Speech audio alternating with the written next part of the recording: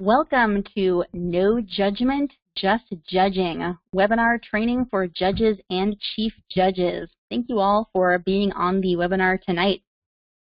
So as you might guess, the objective of this webinar is to do a deep dive into the roles of judges and chief judges at Toastmasters speech contests. So I have been a chief judge and voting judge many times myself, and I've learned many things the hard way, and I've learned a lot of best practices that can make these roles easier.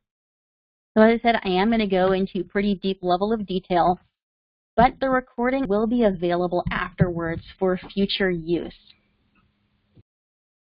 So a quick review of the agenda. We're going to talk about who can be a judge, why we have judges, overview of the voting judge role, overview of the chief judge role, review resources that are available to you as you are participating in these roles, or perhaps if you're a contest chair and would be leading others who are in these roles. And we'll also have time for Q&A at the end. So why judge? In the Toastmasters speech contest system, the winners are determined by two separate yet equally important groups: the voting judges who cast ballots and rank the contestants, and the chief judges who ensure that protocol is followed. These are their stories. So before I get into voting judges, I realized that I was going to do an eligibility section for voting judges and one for chief judges, and I realized the eligibility requirements are the same.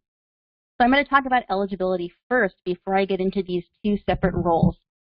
So who is eligible to be a judge or a chief judge at a Toastmasters speech contest? First, I hope this is a common sense concept here, but if you are competing in the contest, you may not be the judge or the chief judge. Furthermore, if you are planning to compete at a future level of the contest, you may not be a judge or chief judge. For example, let's say that I won my area contest for the evaluation contest, and I'm going to go to another area contest to check out my competition. I cannot be a judge at that contest because then I would have influence over people who are going to be my competitors at the division level. So if you are still competing or intending to compete, you may not be a judge or chief judge. Otherwise, for everyone who is not competing, at the club level, any paid member can be a judge. At the area contest, they must have been a paid member for at least 6 months and must have completed a Competent Communicator Speech number 6 or a Pathways Level 2.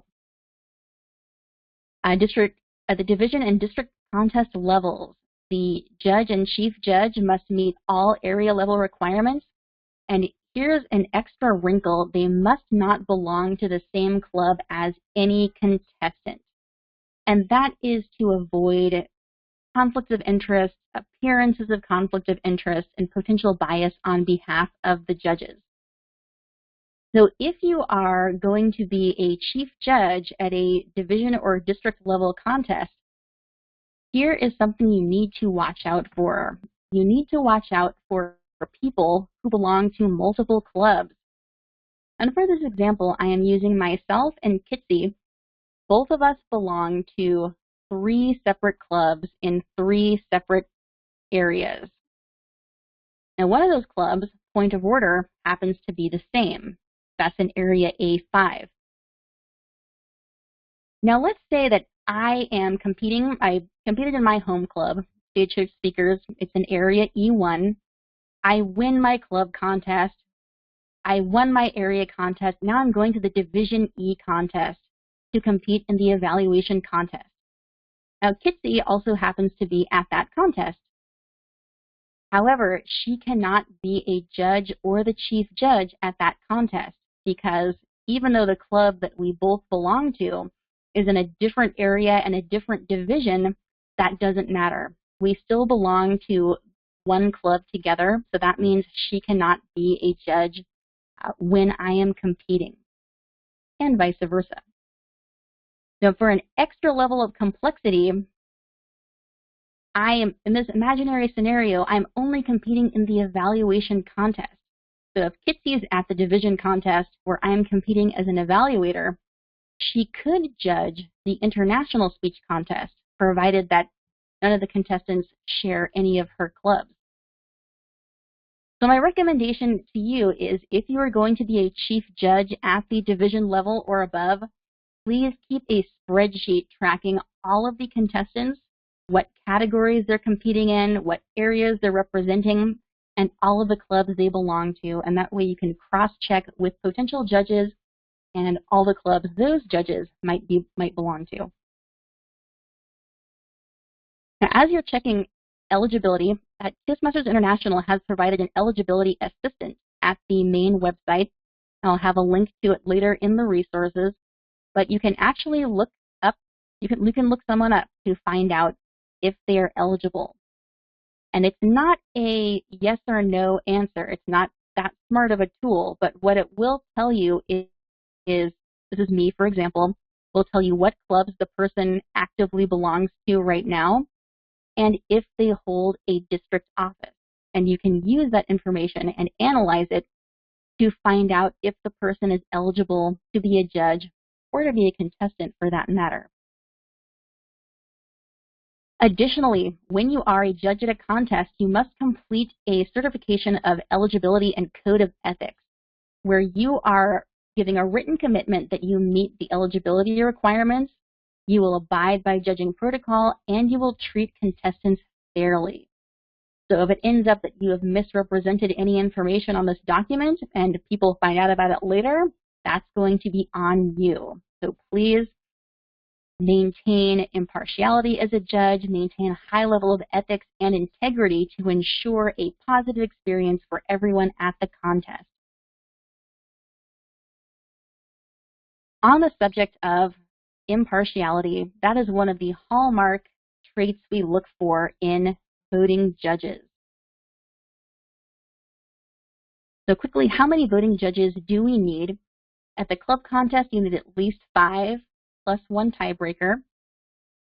At additional levels, at the area contest, try as best as you can to get equal representation from each club in the area.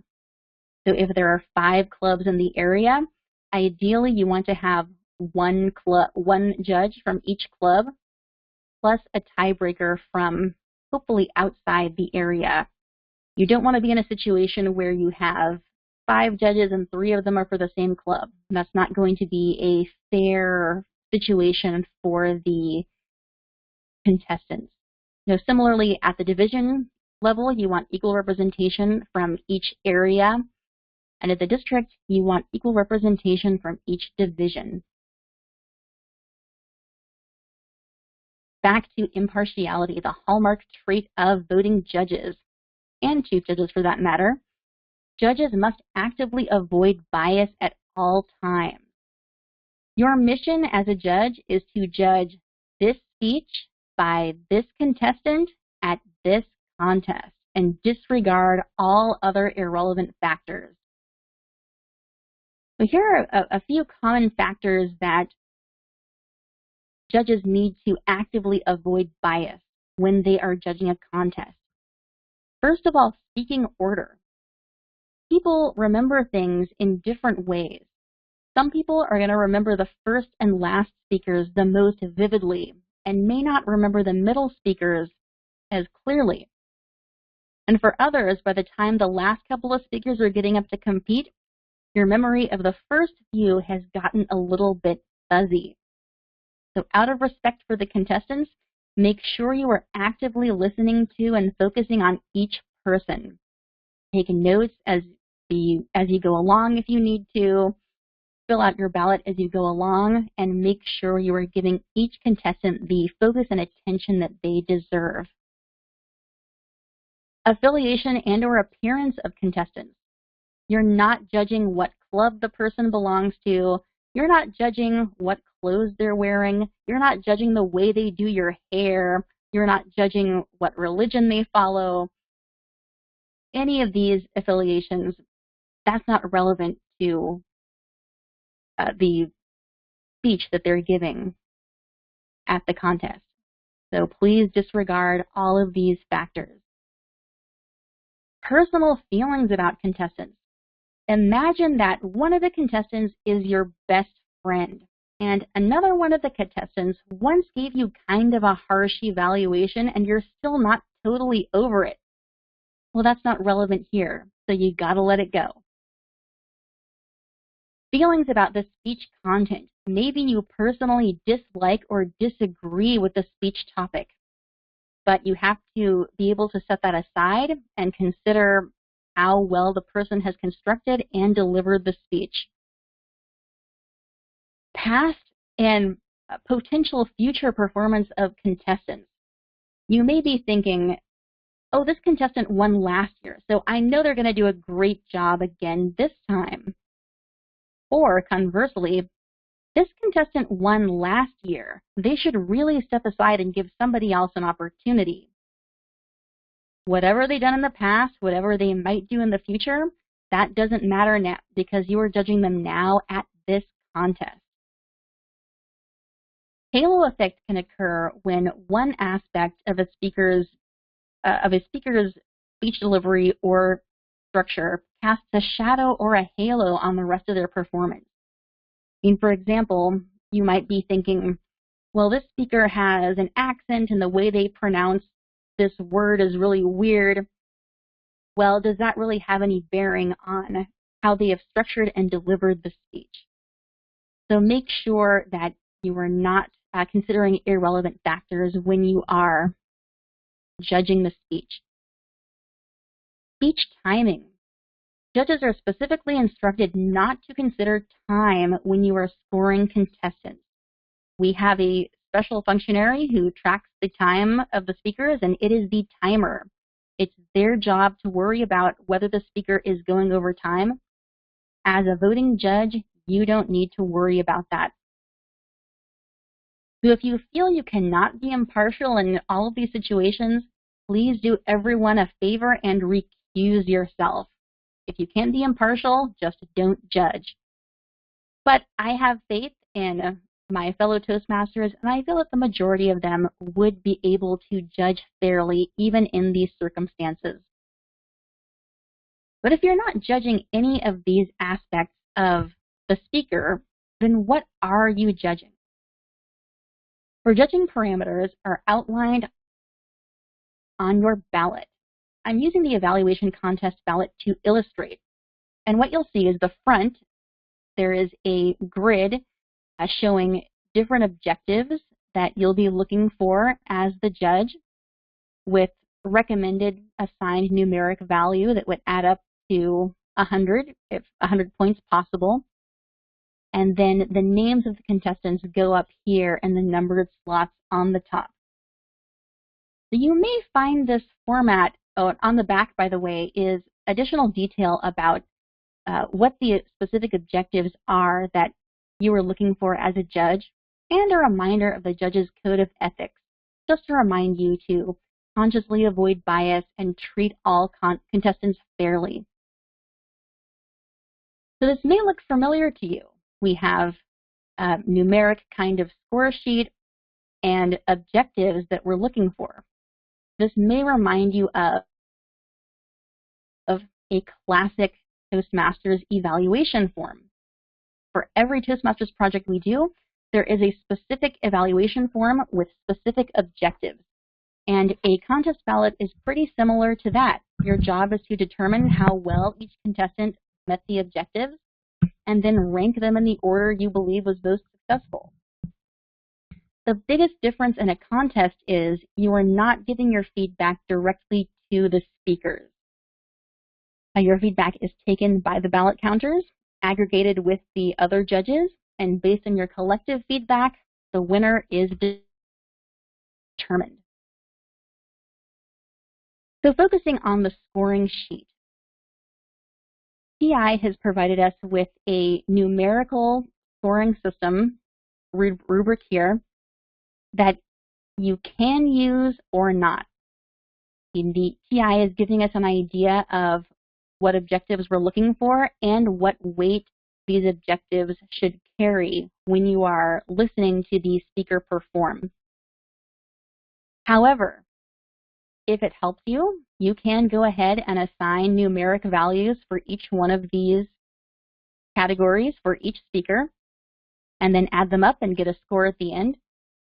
But you don't necessarily have to do that. If you'd rather take notes on a separate paper or otherwise analyze the contestants in a different way, that's okay. This part of the ballot is only for your use. No one is going to check it afterward. No one is going to check your work. No one is going to do the math for you. It's just for your use if you need it. Now here's an example of a filled out ballot, and yes, I did use names of Mario Kart characters to illustrate. And this is an example of a person who has used the rubric as has been provided to them. They gave each contestant a numerical score value for each of these categories and came up with a score at the end. As a judge, after each contestant competes, you will get 1 minute of silence to work on your ballot and score that contestant. So as I mentioned, make sure you're keeping up with each contestant, keeping up with it as you go along so that you are focusing and giving concentrated feedback for each person. After all the contestants have competed, you'll get additional time to finalize the ballot, check your math, make sure you have all your numbers added up, and get your final score. Completing your ballot. So what we're looking for at the bottom portion of your ballot are 3 names, ranked first, second, and third. I have been a chief judge and a ballot counter many times, and I have seen voting judges put all kinds of things in these 3 blank spaces here. They might put in the numerical scores they came up with. They might put down the title of the speech if it was a prepared speech. They might put down the order that the person spoke. And let me tell you, when you are trying to count ballots in a limited amount of time, it is really not fun to be cross-checking back to the agenda to figure out who spoke in what order so you know what this person was trying to say in their ballot. So what we're looking for as a judge, just put 3 names, first, second, third. Do not put a tie. You may feel that 2 people tied in your mind, but do not put a tie on the ballot. You must rank them. If you do put a tie, your ballot will be thrown out. And chief judges are very sad when they have to throw out a ballot, so don't do it. Make sure to print and sign your name at the bottom. This verifies that you are a real human who actually filled out the ballot, and that we can cross-check with the judge's eligibility certification you provided earlier, so we know that you are one of the correct eligible judges for this particular contest. Then you are going to carefully detach this portion of the ballot, fold it up, hold it up discreetly in the air, and hand it only to a ballot counter or a chief judge, and they will take it away to count it in the ballot counter's room. Now that is the main overview of the role for a regular voting judge. But you may have noticed earlier when I was giving the requirements of how many judges are needed, we needed multiple voting judges plus a tiebreaker. So here's what to do when you are the tie-breaking judge. Take a look at the regular ballot versus the tie-breaking ballot. Well, first of all, the first rule of being the tie-breaking judge is don't talk about being the tie-breaking judge. It should be a secret, and only you and the chief judge should know that you are the tiebreaker. So secondly, your ballot is different from the others. You'll notice in the top ballot, no matter how many contestants there are in the contest, the regular voting judge is just going to provide the top 3.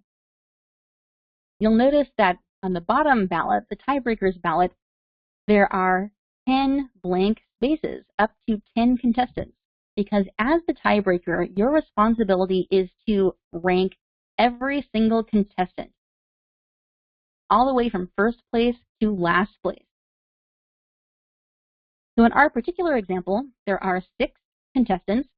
So the tiebreaker judge is going to rank all of the contestants all the way from first to 6th place, and sign and print their name, and otherwise deliver your ballot, fold it up, hold it up, and wait for the chief judge to come get it. Something to know as the tiebreaker judge. Your ballot will not be counted unless the other voting judges produce a tie. So when you're the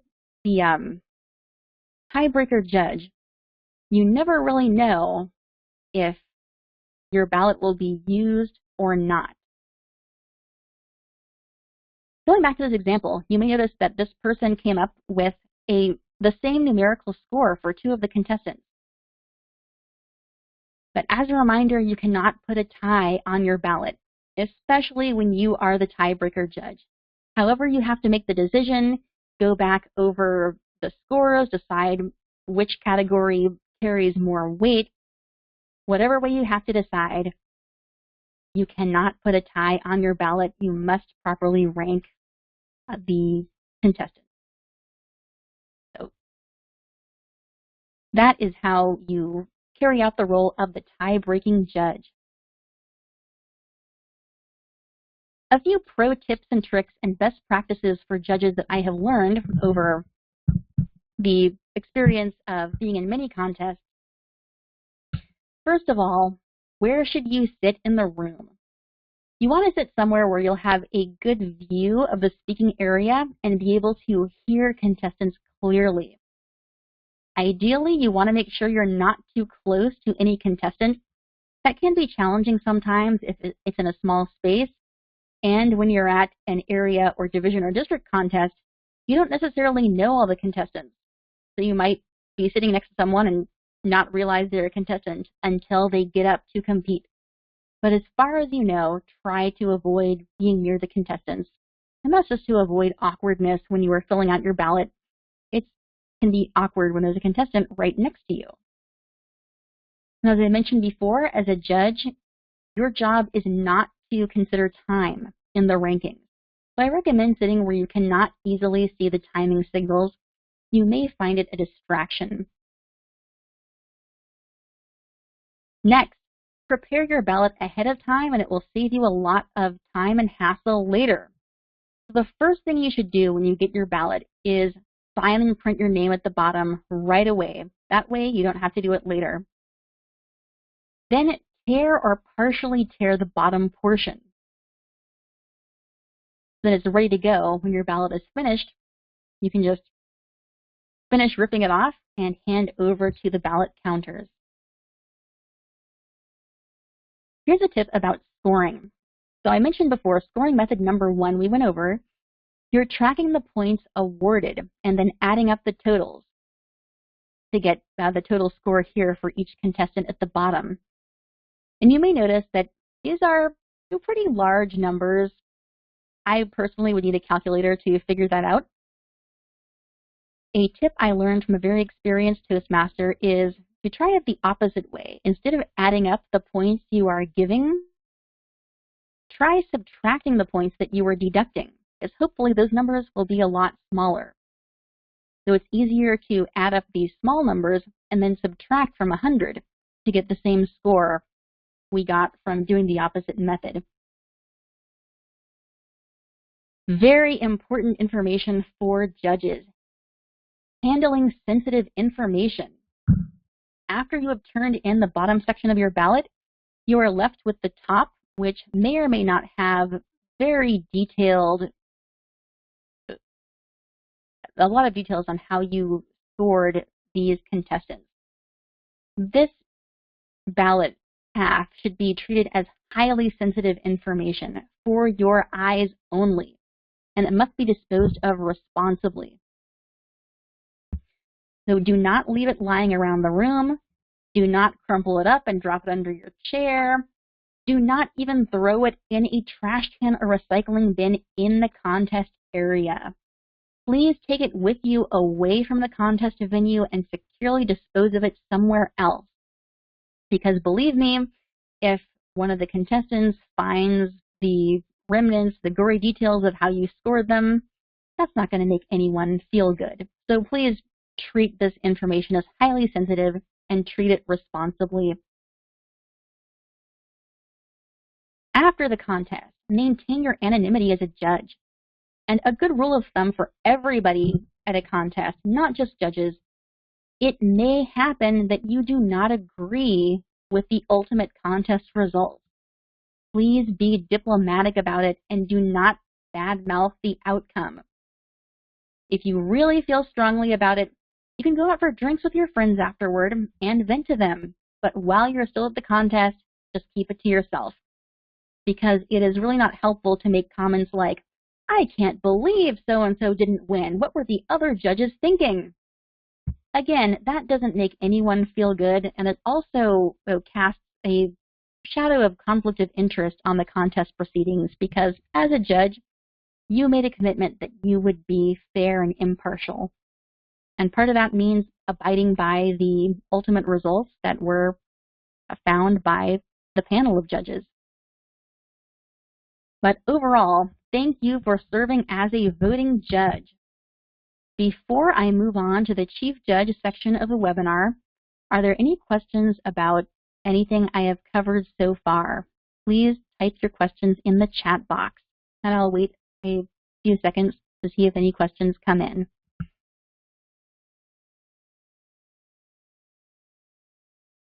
Okay, seeing nothing yet, I am going to move on to Chief Judge, one judge to lead them all.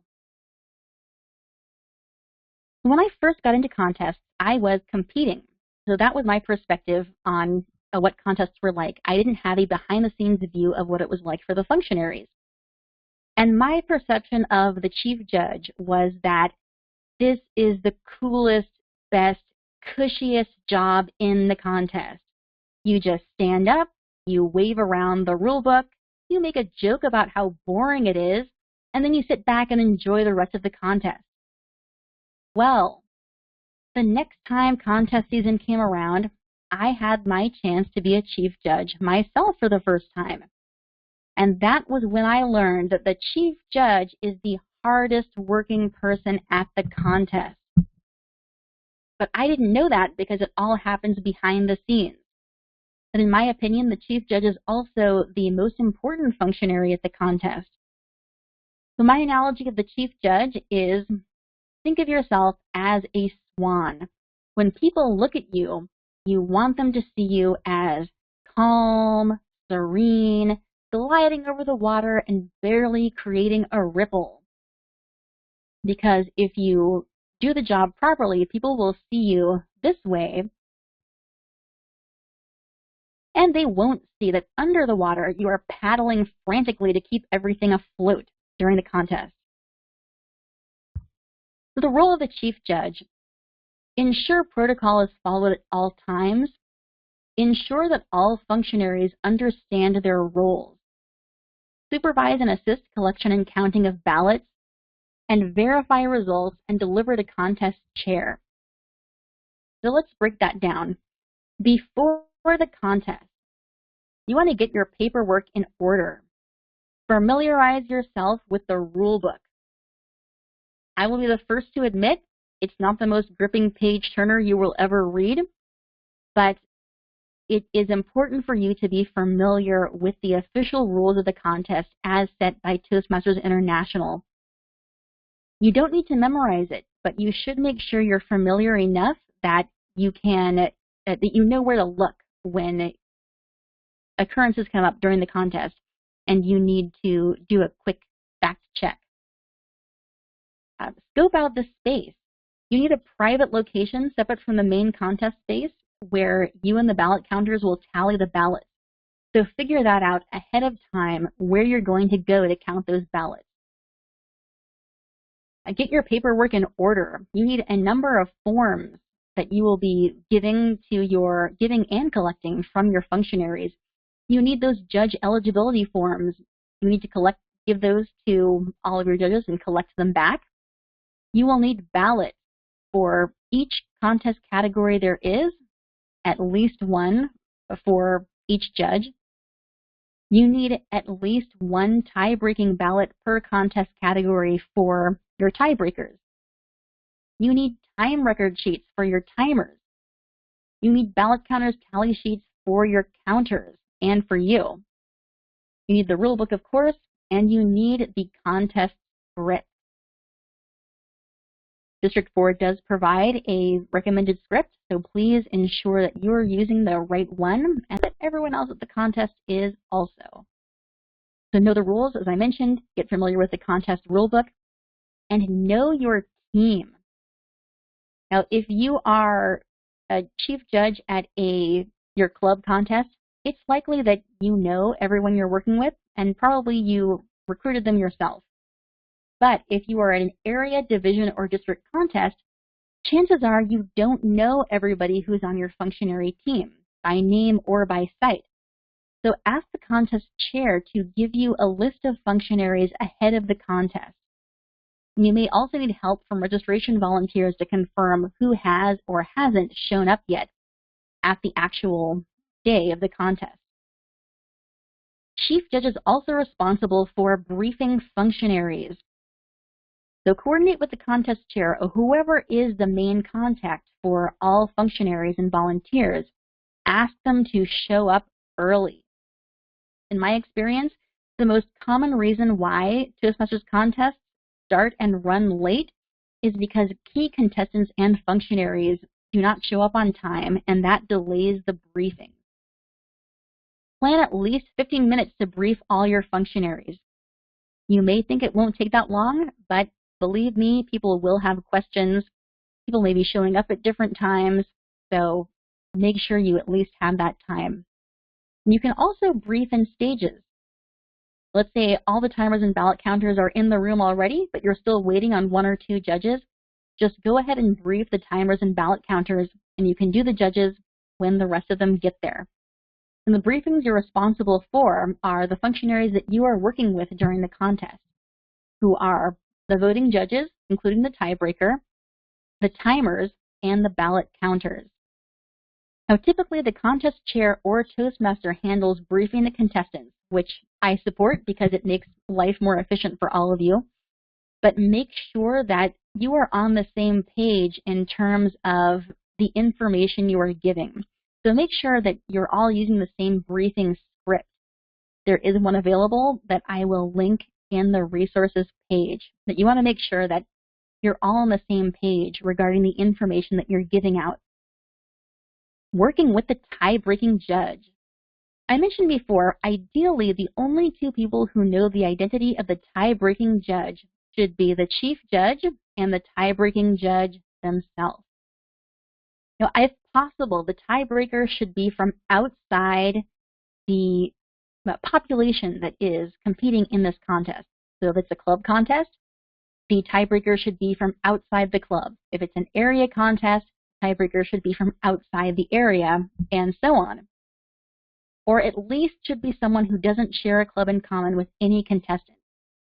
And again, this is where it's helpful to get a list of functionaries and guests and just attendees in general from the contest chair, because that can help you identify potential tie-breaking judges. So if possible, give the tiebreaker a separate one-on-one briefing to help maintain their anonymity. That way, they don't even see the other judges together, so the other judges don't see them. Or if the person is an experienced judge, they've been in many contests before, they can waive the briefing. But that's general tips for working with the tiebreaker judge. During the contest, you need to remain in the room during competition so that you know that protocol is being followed. You're also going to brief the audience. Again, I recommend following the contest script provided by District 4. In this case, you're just going to stick to the highlights. As opposed to when you are briefing your functionaries, you do want to make sure they have all the details they need. But the audience didn't come here to listen to you, frankly, so they don't need all those details.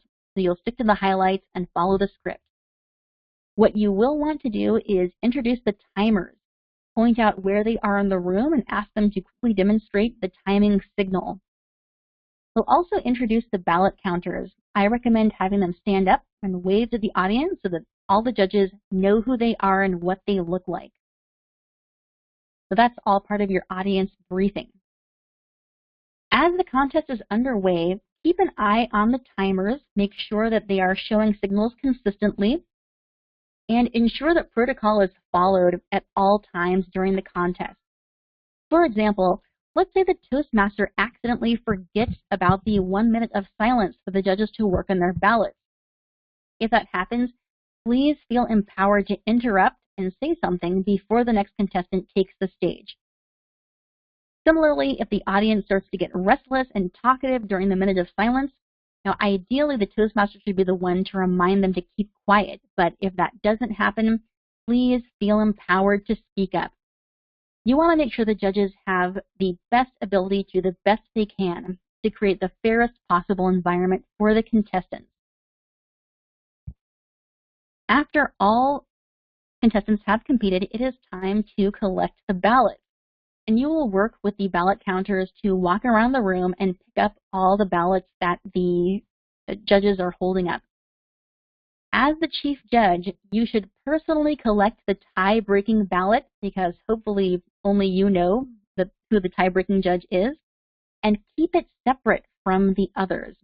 Put it in your pocket, put it in a different folder, a different envelope, somewhere where you can easily find it so that it won't get mixed up with the other ballots. This is the one thing that I most consistently forget when I am a chief judge. I forget to collect the timer report from the timers. So make sure to get that from them. Of course, you can always run back into the room to get it. And you can also ask the timers to let them know, hey, if I walk out without the form, please chase after me and give it to me, because you need that to make sure that the contestants were not disqualified for time. But once all ballots are collected, as part of this, you need to know how many judges there are total, so you can coordinate with the ballot counters, find out how many ballots we have. Then you'll know whether you're finished collecting ballots or not. It is good to make a final announcement, ask a question to the room. Are there any ballots still outstanding? Any judges still working on it can signal you discreetly. But once all ballots are collected, you give the Toastmaster the go signal and you lead the counters out of the room. On to ballot counting protocol. Why is the ballot counting protocol not like Las Vegas? Well, you may have heard the saying, what happens in Las Vegas lives on social media forever. Now, what happens in the ballot counting room must stay in the ballot counting room. It should be a place of great confidentiality. So make sure that you and the ballot counters are aware of this. So ballot counting protocol. First of all, quickly review the timer sheet to make sure that everyone spoke within the qualifying times. When I'm a timer, I like to put a little symbol, just a little visual symbol to show whether or not the speaker was within time. In this case, we're using the evaluation contest as the example. Contestants must speak between 1 minute and 30 seconds and 3 minutes and 30 seconds. So all contestants qualified. You may notice that Yoshi here clocked in exactly at 3 minutes and 30 seconds, the maximum time, but that's okay because the maximum time is still within time. If he had gone 1 second over, then he'd be disqualified. Likewise, if you clock in exactly at 1 minute 30 seconds, the exact minimum time, you're okay. But if you only made it to 1:29, you are disqualified. Ballot counters tally sheet is the form you use to input, first of all, the names of contestants along the top, and then how the judges ranked them. How it works is, back to our ballot, you will notice that first place gets 3 points, second place gets 2 points, and third place gets 1 point. It can be a little bit counterintuitive because we may think that, we think 1, 2, 3. First place, that's 1, but it's backwards. First place gets 3 points. The contestant gets 3 points for every judge that ranked them first, 2 points for every judge that ranked them second, and 1 point for each judge that ranked them third. So my recommended process for counting ballots is to have one person read out the results from each ballot one at a time, and the other person records the results on the sheet. Then when you're done, you switch, have the first person record while the other person reads, and double check afterward. As chief judge, you should have at least one ballot counter, so you have minimum 2 people counting ballots. Keep each other honest. So if so, please do the read and record method with them. If you are fortunate to have more than one ballot counter, you can supervise them while they are doing the reading and recording. In this example, we have a clear first, second, and third winner. We have first is Yoshi, second is Daisy, and third is Toad. So we do not need the tiebreaker's ballot. We are not including the tiebreaker's ballot in this preliminary count. We found that the other judges did not produce a tie, so we don't need it. And throughout this process, be mindful of the time. Don't rush through it. Take the time you need to double check the numbers and make sure everything is right. But that said, once you have the results confirmed, don't hang around gossiping. The rest of the contest is waiting on you, so prepare the results and get out of there. So finalizing the results, you can enter at the bottom of the counter's tally sheet, first, second, third. I like to add a note, no disqualifications for time, and that you will detach that from the results, from the counting portion, and this is what you will give to the contest chair. Toastmasters does recommend that you use a separate sheet of paper for this, but you can also use just the bottom section of this counter sheet. If you do use a separate piece of paper, please make it very clear who was first, second, and third for the future convenience of the contest chair when they're reading out the winners. So this was a smooth, no hiccup scenario for counting ballots, but the road is always not so smooth, so now I'm going to review 2 alternate scenarios that chief judges commonly encounter. First of all, time disqualification. So in this scenario, our contestant Toad exceeded the time. It was only by 1 second, but that doesn't matter. Whether you go over by 1 second or 1 minute, you're still disqualified. So because this contestant was disqualified, you don't count their votes. If you already did, just cross them out. If you haven't counted yet, you can just disregard any votes that this contestant received. Now, being disqualified means the contestant will not and cannot place. Let's imagine this were a contest with only 3 contestants. If Toad disqualifies, this doesn't automatically make him third place. It means he doesn't place at all, and there will only be a first and second place winner announced. So when someone disqualifies for timing reasons, make a note that there was 1 disqualification for time, or however many disqualifications there were, but don't name the names. In some cases, it may be easy for the audience to guess, but still, we don't name names. Second situation. You may notice now that we had to knock out Toad for being disqualified, we still have a clear winner, it's Yoshi. We still have a clear second place winner, it's Daisy. But now we have a tie for third place. And this is where the tie-breaking judge comes to the rescue. At this point, you review the tie-breaking ballot.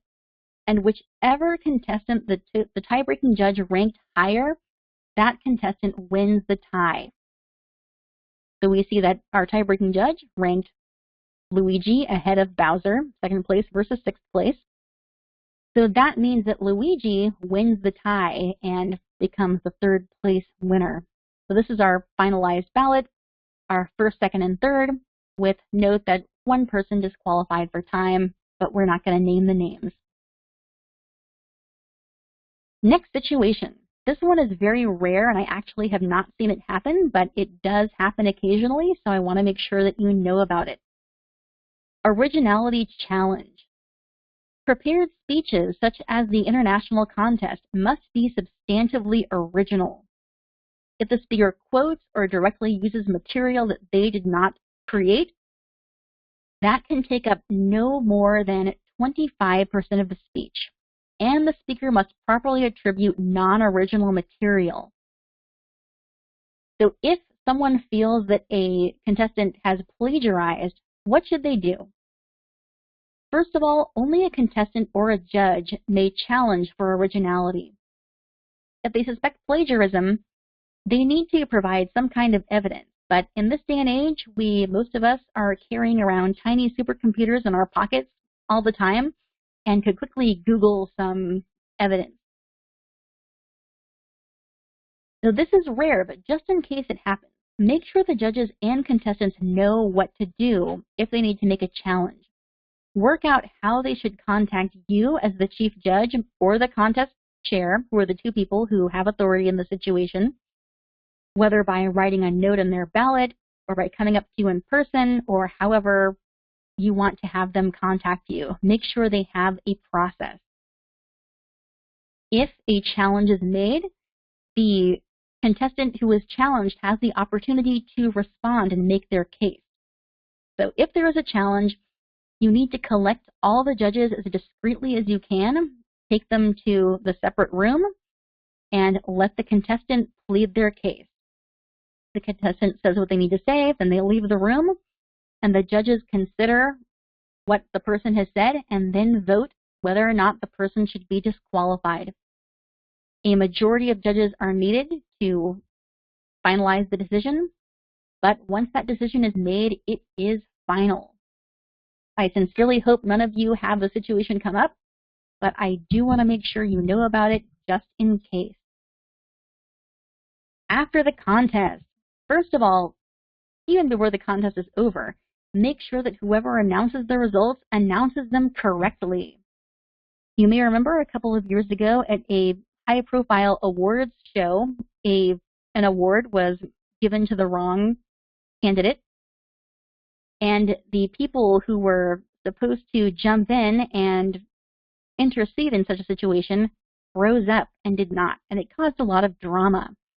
So as the chief judge, you are the authority on who the first, second, and third place winners are.